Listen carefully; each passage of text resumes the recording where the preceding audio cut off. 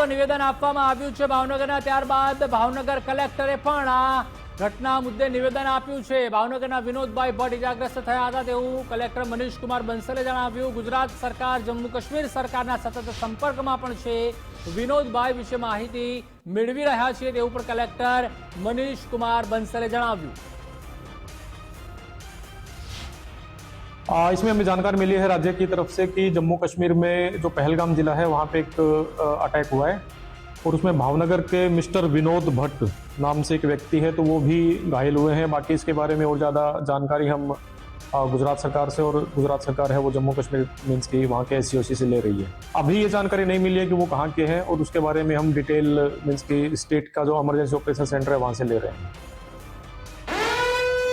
जम्मू काश्मीरना पहलगामમાં મોટો આતંકવાદી હુમલો થયો છે, ત્યારે ભાવનગરના 2 પર્યટકનો હજુ સુધી કોઈ સંપર્ક નથી થયો। બંને પિતા અને દીકરાનો હજુ સુધી કોઈ પત્તો નથી મળ્યો। પ્રભુને જ પ્રાર્થના કરીએ કે તેઓનો સંપર્ક જલ્દીમાં જલ્દી થઈ જાય અને તેઓ સ્વસ્થ હોય। જે આ ફોટો આપ જોઈ રહ્યા છો તેઓ જમ્મુ કાશ્મીર ફરવા માટે ગયા હતા, વાદીઓની મજા માણવા માટે ગયા હતા અને વેકેશન કરવા માટે ગયા હતા। દરેકનું એક तो संवाददाता कुणाल बारड़ पण आपणी साथे जोड़ाई चुक्या छे। कुणाल, जे रीते भावनगरनो जे 20 थी वधु लोकोनो जे परिवार छे ते त्यां फरवा माटे गयो हतो अने अत्यारे हालमां हजू जे पिता पुत्र छे तेओनो कोई संपर्क नथी थयो। सतत DIG तेमज कलेक्टर पण त्याना तंत्र साथे अत्यारे हालमां वातचीत करी रह्या छे। वधु शुं अपडेट मळी रह्या छे? बिल्कुल प्रतिपाल, जो बात करिए तो जे प्रमाणे जम्मू काश्मीर में आज आतंकी हुमलो थयो तेमां भावनगरना जे लोको छे ते लोको त्यां गया छे अने तेमां पण कही शकाय के नवा अपडेट ए मळी रह्या छे के भावनगरना यतीश परमार जे छे अने तेमना पुत्र छे स्मित परमार, ते बंनेनो कॉन्टेक्ट छे ते हजू सुधी नथी थयो। आपणी साथे तेमना परिवारजनो छे एमनी साथे सीधो संवाद करशुं, केम के जे प्रमाणे समाचार मळी रह्या छे ने तेने लईने जे परिवार है ते परिवार में कॉन्टेक्ट थयो छे के केम ते जाणवानो प्रयत्न करशुं। तमे शुं कहेशो मोटा भाई, जे प्रमाणे आ जे घटना में संपर्क नहीं थई रह्यो, शुं कहेशो, शुं अपडेट मळी रही छे? नमस्कार, मारू नाम प्रकाशभाई नाथाणी। यतीशभाई परमार ई मारा बनेवी साहेब थाय छे अने स्मित परमार मारो भाणेज थाय छे। ये लोको 16 तारीखे मोरारी बापूनी सप्ताहमां गयेल। आजे सवारे ये लोको पहलगाम फरवा माटे गયેલ, ત્યાં આવો આતંકી હુમલો થયેલ। હજી સુધીમાં અમારા બહેન પણ સાથે ગયેલ, કાજલબેન પરમાર, એમનો સાથે અમારો કોન્ટેક્ટ થયેલ છે, પણ બનેવી અને અમારા ભાણેજનો હજી સુધીમાં કોઈ કોન્ટેક્ટ થયેલ નથી। ક્યાં છે તે પણ અમને કોઈ પણ ખ્યાલ આવતો નથી। અમારી સાથે તંત્ર પણ હાજર છે, કોર્પોરેટર છે, વોર્ડ પ્રમુખ છે, બધા અહીંયા કાળિયાબીડમાં ભાવનગર હાજર જ છે। અમે એમના નિવાસ સ્થાને જ છીએ અત્યારે। संपर्क है ते हजू सुधी नहीं थयो। तमे शुं कहेशो, शुं आ परिवार में शुं थाय छे तमारे अने जे छे ते अहींया पहोंच्या छो, के प्रकारे जे छे ते त्यां संपर्क थयो छे के केम, અહીંથી કોઈ ગયું છે કે ત્યાં કેમ, શું કહેશો? હું એમનો નાનો ભાઈ થાઉં છું। હજી અહીંથી અમે લોકો 2 જણાને મોકલેલા છે, હજી કોઈ જાતનો ત્યાંથી કોઈ કોલ આવ્યો નથી કે કોઈ જાતનો સંપર્ક થયો નથી। કઈ જગ્યાએ છે, શું છે, ઈજાગ્રસ્ત છે, સારું છે કે કોઈ સારવારમાં છે, એવો કોઈ પણ જાતનો સંપર્ક થયો નથી।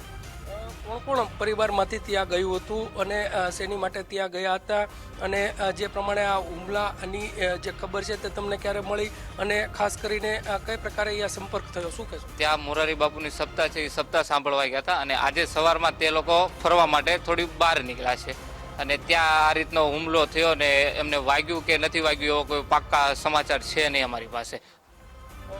ત્યાં કોઈ પાકા સમાચાર નથી મળ્યા। તંત્ર પાસે શું અપેક્ષા આશા રાખી રહ્યા છો, કેમ કે અમે પણ એવું ઈચ્છી રહ્યા છીએ કે ભગવાન તેમને હેમખેમ ફરી પરત ભાવનગર લઈ આવે, શું કહેશો? અમે તો તંત્રને એવું જ કહીએ છીએ કે જલ્દીથી જલ્દી અમને તેમનો કોન્ટેક્ટ કરાવરાવે અને અમને એમની સાથે વાત કરાવરાવે કે એ સેફ ઝોનમાં છે અને કોઈ જાતની ચિંતા નથી।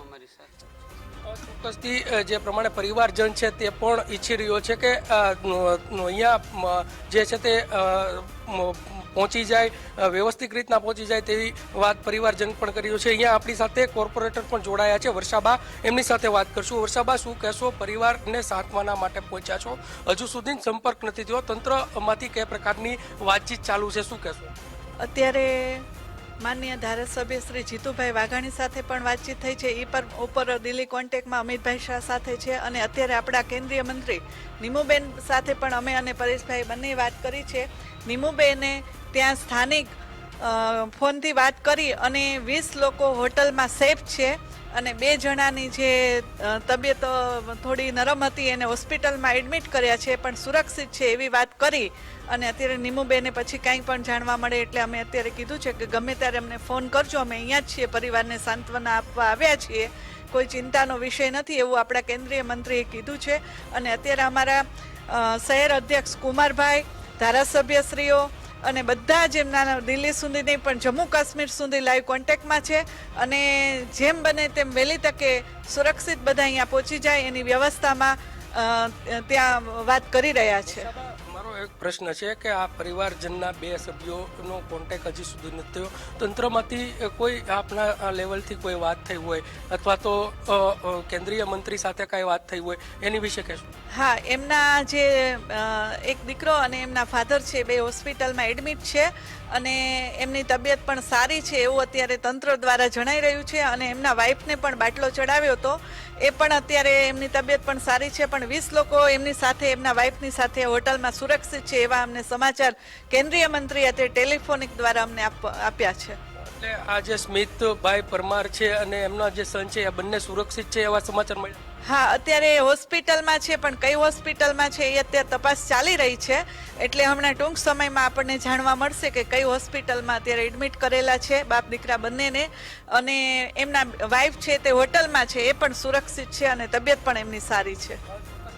કહી શકાય કે આ જે બંને પરિવારના જે સભ્યો છે તે સુરક્ષિત હોવાનું અહીંના જે કોર્પોરેટર છે તેઓએ સીધી વાત કેન્દ્રીય મંત્રી સાથે કરી અને જે છે તે સંપર્કમાં જાણવા મળ્યું છે. અન્ય આપણી સાથે કોર્પોરેટર છે એમની સાથે વાત કરશું. શું કહેશો પરેશભાઈ, તમે પણ અહીંયા પહોંચ્યા છો, શું કહેશો? હમણાં જેમ વર્ષાભાઈ જે રીતના વાત કરીએ, અમે આદરણીય બેન શ્રી નીમુબેન બામણિયા જોડે પણ હમણાં વાત થઈ, જીતુભાઈ વાઘાણી સાથે પણ વાત થઈ, અમારા શહેર અધ્યક્ષ કુમારભાઈ શાહ, એસપી સાહેબ તેમજ ગાંધીનગરની જે ટીમ કામ કરી રહી છે એમની સાથે પણ હમણાં વાત થઈ. જેમ બેને કીધું, અહીંથી જે યતીનભાઈ અને એના દીકરો છે એ હોસ્પિટલમાં છે. હમણાં તે 2 મિનિટ પહેલાં મારામાં નીમુબેનનો ફોન આવેલો કે એમની સાથે જે 20 જણા હતા એમાં યતીનભાઈના મિસિસ પણ સાથે હતા, એ સુરક્ષિત છે. એક હોટલમાં 20 જણા, કોઈ તકલીફ નથી. અને 2 જણા જે યતીનભાઈ અને દીકરો જે છે એ અત્યારે હોસ્પિટલમાં છે. હમણાં ત્યાંથી બેન દ્વારા અને જીતુભાઈ દ્વારા પ્રયત્ન ચાલી રહ્યા છે કયા હોસ્પિટલમાં છે, હમણાં એ જાણ કરશે આપણને.